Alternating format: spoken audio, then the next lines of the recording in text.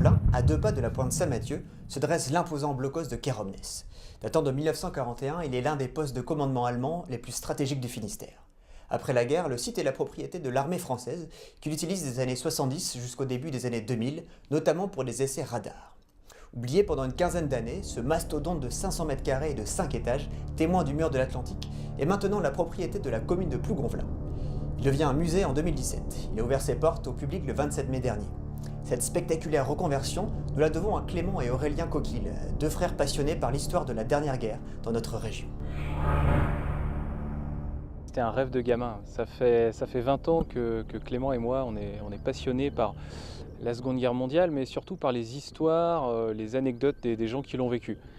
Et depuis 20 ans, pendant nos temps libres, on a récupéré énormément de documents, de photographies, des objets, et puis on a collecté aussi des centaines de témoignages, et tout ça, un jour, il fallait pouvoir le présenter, sinon ça servait à rien. Quand on a eu l'opportunité de pouvoir disposer de ce lieu qu'on a loué auprès de la mairie de Plougonvelin, on a réfléchi assez rapidement. Alors pendant la guerre, ce blocos était un poste directeur de tir pour 4 gros canons, les plus gros canons du Finistère, c'était du 280 mm, et donc qui servait à protéger l'entrée de la rade de Brest. Ces canons avaient une portée de 30 km, donc ils pouvaient aussi tirer jusqu'à Brest. Et à la fin de la guerre, ce blocos a servi de poste de commandement pour toute la poche du Conquet, en gros de Plouzané jusqu'au Blanc-Sablon au Conquet. On voit une partie qui émerge, mais il y a une partie enterrée aussi, quoi. Oui, alors le blocos fait 5 étages. Au niveau le plus bas, donc, on a un blocos dédié au casernement pour la troupe. Et ensuite, les 4 autres niveaux, c'est vraiment des locaux techniques pour tout ce qui est direction des tirs. Est-ce qu'on a une idée du nombre de personnes qui vivaient à l'intérieur ? Approximativement, environ une cinquantaine. Sur les 2 étages supérieurs, le poste d'observation bénéficie d'un panorama exceptionnel. Ce site n'avait pas été choisi par hasard par les bâtisseurs du blocos. L'entrée de la rade de Brest devait être scrutée en permanence. Aux étages inférieurs, une muséographie évoque les témoignages et anecdotes largement illustrées par des milliers d'objets, documents et photographies, des témoignages sur la guerre en Bretagne racontés par ceux qui l'ont vécu, et aussi plonge les visiteurs dans l'atmosphère journalière des soldats du Troisième Reich. Ceux qui les ont construits ont jeté leurs fusils, leurs enfants qui s'étonnent nous reviennent en amis. Nous ne craignons personne qui viendrait de la mer, et la terre bretonne se souvient et pardonne à la guerre. Aujourd'hui, une nouvelle aventure commence pour Clément et Aurélien. Aboutissement de leur passion, leur détermination à concrétiser leurs rêves d'enfant, et aussi grâce au soutien de la commune de Plougonvelin, qui leur a accordé un bail emphytéotique de 25 ans pour l'exploitation du site.